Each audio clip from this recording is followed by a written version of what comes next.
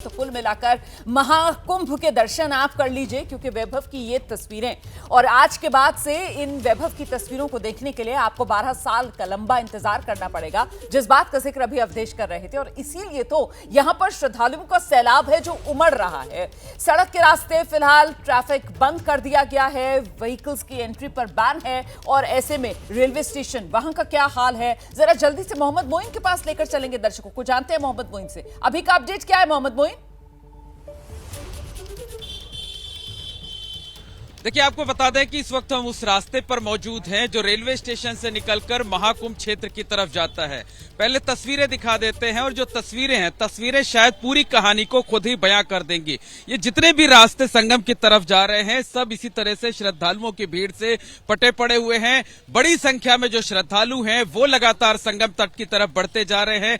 हर हर महादेव के जयकारे लगा रहे हैं, गंगा मैया के जयकारे लगा रहे हैं। और ये इनके अंदर इस बात की लालसा है कि कितनी जल्दी वो त्रिवेणी के तट पर पहुंचे, गंगा यमुना और अदृश्य सरस्वती की त्रिवेणी में आस्था की डुबकी लगाएं, पुण्य कमाएं। और आपको बता दें कि अभी तक का जो आंकड़ा आया है सुबह 6 बजे तक का, उसमें 75 लाख से ज्यादा जो श्रद्धालु हैं वो आस्था की डुबकी लगा चुके हैं। चूंकि माघी पूर्णिमा कल शाम से ही शुरू हो गई थी, लेकिन उदया तिथि का इंतजार किया जाता है। ऐसे में जो श्रद्धालु थे वो आए हुए थे, संगम के तट पर रुके हुए थे। और जैसे ही ब्रह्म मुहूर्त शुरू हुआ, यानी रात को 3:24 के बाद स्नान का, ध्यान का, तप का जो सिलसिला शुरू हुआ वो लगातार जारी है और देर रात तक जारी रहेगा। उम्मीद ये जताई जा रही है कि आज पूरे दिन में 2 से 2.5 करोड़ श्रद्धालु आस्था की डुबकी लगाएंगे। और आज से ही कल्पवास का समापन हो रहा है, यानी जो 10 लाख श्रद्धालु संगम की रेती पर रहकर जप तप कर रहे थे, नियम और संयम के साथ जीवन बिता रहे थे, आज उनके विदाई की बेला है।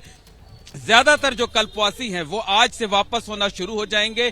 कल परिवा है, कल के दिन कोई भी कल्पवासी वापस अपने घर को नहीं जाएगा, क्योंकि सनातन परंपरा में जो परिवा होती है उसे शुभ कामों के लिए वर्जित माना जाता है। और परसों यानी 14 फरवरी को त्रिजटा का स्नान है, तो त्रिजटा का स्नान करके ज्यादातर कल्पवासी परसों अपने अपने घरों को विदा होंगे, अपने अपने घरों को रवाना होंगे। लेकिन ये जरूर कहा जा सकता है कि 1 महीने जो जब तक उन्होंने किया है, उन्हें उस बात की संतुष्टि तो है, लेकिन ये विदाई की बेला है। लेकिन लिहाजा ये जो पल होता है ये बेहद भावुक कर देने वाला होता है। और जब लोग एक दूसरे से बिछड़ते हैं तो गले मिलते हैं और अगले साल फिर मिलने का वायदा करते हैं, और उस वायदे के साथ यहां से विदा होते हैं।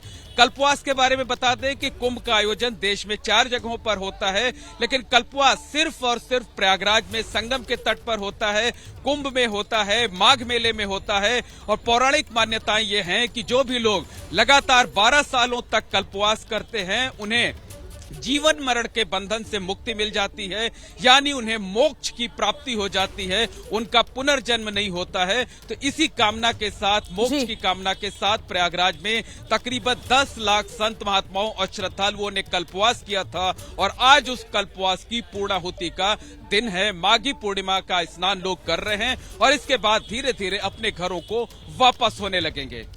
बिल्कुल, देखिए, आस्था की एक डुबकी और यही है इच्छा सबकी। और ऐसे में सीधे आपको लेकर चलेंगे, हमारे सहयोगी विवेक भी इस वक्त मौजूद है और उनसे जानते हैं। विवेक, जहां पर आप मौजूद हैं, जरा वहां की तस्वीर और व्यवस्था बताइए दर्शकों को। बिल्कुल, देखिए, पौष पूर्णिमा से जो स्नान की शुरुआत हुई थी और जिस तरीके से कल्पवासियों ने जिस तरीके से अपना जो तप है, जप है, उसको शुरुआत की थी, आज माघी पूर्णिमा पर वो खत्म हो रहा है। और सभी 10 लाख कल्पवासियों ने जो स्नान है वो कर लिया है। उसके साथ साथ कुल मिलाकर के लगभग 75 लाख लोगों ने स्नान किया है। सामने की जो तस्वीरें हैं ये 6 नंबर पॉन्टून पुल से 5 नंबर पॉन्टून पुल के बीच की तस्वीरें हैं।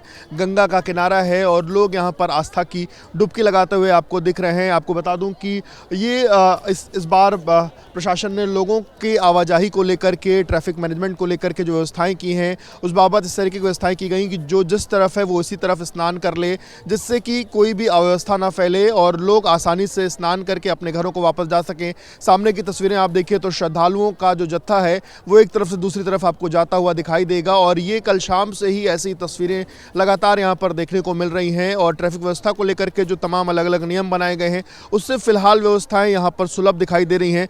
तमाम जो अलग अलग श्रद्धालु हैं वो भी हमारे साथ मौजूद हैं और वो कैसा अनुभव कर रहे हैं उनसे भी हम बातचीत करेंगे और समझेंगे। क्या नाम है सर? मेरा नाम मुन्ना कुमार गुप्ता कहाँ है, से आए? नेपाल से। नेपाल से आए? जी सर। कितने लोग आप? हम लोग 4-5 आदमी आए हुए हैं। कब चले थे नेपाल? परसों चले हुए थे, अच्छा, कल पहुँचे। कैसा रहा अनुभव? बहुत अच्छा। आपका कैसा रहा अनुभव?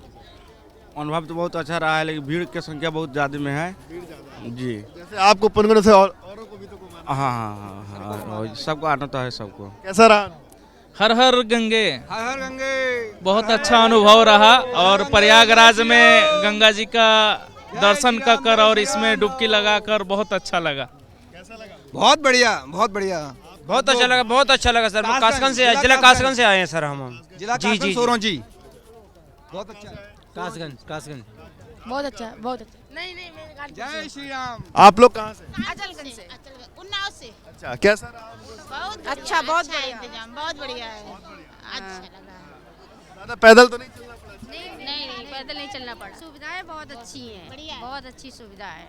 सुविधाएं बहुत अच्छी हैं, बहुत पैदल नहीं चलना पड़ा। जिस तरीके की स्थितियां वीकेंड के दौरान जो स्थितियां थोड़ी सी चरमराई थी, प्रशासन ने वापस से वो स्थितियां संभाल ली हैं और अब आपको बता दूं कि लोग आसानी से यहां पहुंच रहे हैं, स्नान कर रहे हैं, आस्था की डुबकी लगा रहे हैं। और आज माघी पूर्णिमा के साथ साथ एक तरीके से कल्पवासियों का तो जो जब तब था उसका तो समय कहीं ना कहीं वही हो रहा है, लेकिन बाकी लोगों की भी कोशिश यही थी, इच्छा यही थी कि लोग माघ के महीने में ही स्नान कर ले और इसी कारण लगभग 46 करोड़ से अधिक लोगों ने अभी तक जो स्नान है वो कर लिया और आज की तारीख में लगभग 75 लाख का जो आंकड़ा है वो करीब करीब पार हो गया है। रहिए मेरे साथ, लौटूंगी आपके पास क्योंकि आज के दिन नजर जो है वो श्रद्धालुओं के उत्साह पर और साथ ही साथ शासन प्रशासन की तरफ से जो व्यवस्था बनाई गई है उसी पर हमारी रहने वाली है और इसी को लेकर हर जानकारी हमारे सहयोगी आप तक पहुंचाने का काम करेंगे। यहाँ स्टूडियो में एक बेहद खास मेहमान धर्म पत्रकार भव्य श्रीवास्तव मेरे साथ मौजूद है। भव्य, बहुत स्वागत आपका एबीपी न्यूज में। सबसे पहले तो मुझे लगता है जिस आंकड़े का जिक्र अभी विवेक ने किया ना, 46 करोड़ श्रद्धालु, और जब महाकुंभ शुरू होने जा रहा था उस समय अनुमान जताया जा रहा था कि करीब 40 करोड़ के आसपास श्रद्धालु इस बार महाकुंभ में पहुंचेंगे, लेकिन अभी भी 13 दिन का वक्त बाकी है और आंकड़ा 46 करोड़ पर पहुंच चुका है। अविश्वसनीय ये आंकड़ा भव्य? बिल्कुल अविश्वसनीय है, सरकार के लिए भी अविश्वसनीय है, क्योंकि जब पहला स्नान हुआ था तो उस दिन आंकड़े जितना सरकार ने प्रेडिक्ट किया था उससे आधे ही लोग आए थे। लेकिन धीरे धीरे महाकुंभ को लेकर जिस तरह की एक पूरा माहौल बना है उसके बाद, और एक बड़ी चर्चा रही महाकुंभ में वीआईपी की, लेकिन मेले का वीआईपी कौन है? मेले का वीआईपी है कल्पवासी, जो आज विदा होगा।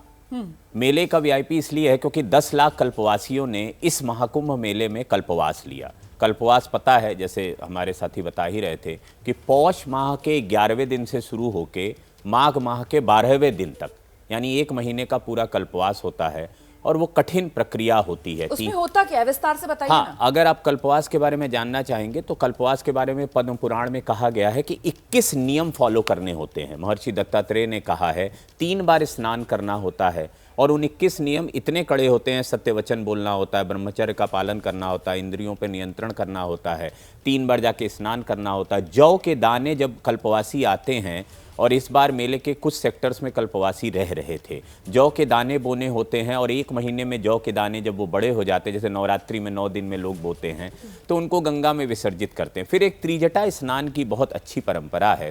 त्रिजटा वैसे तो शब्द अपने आप में ही बता देता है त्रिजटा क्या होती है, लेकिन त्रिजटा का उल्लेख 2 जगह आता है। एक त्रिजटा का उल्लेख वो है कि जहाँ पे गंगा की 3 धाराएं हैं वहाँ पे स्नान करना है, और दूसरा एक रामायण में त्रिजटा राक्षसी होती है। भव्य, मैं ना आपको रोक रही हूँ।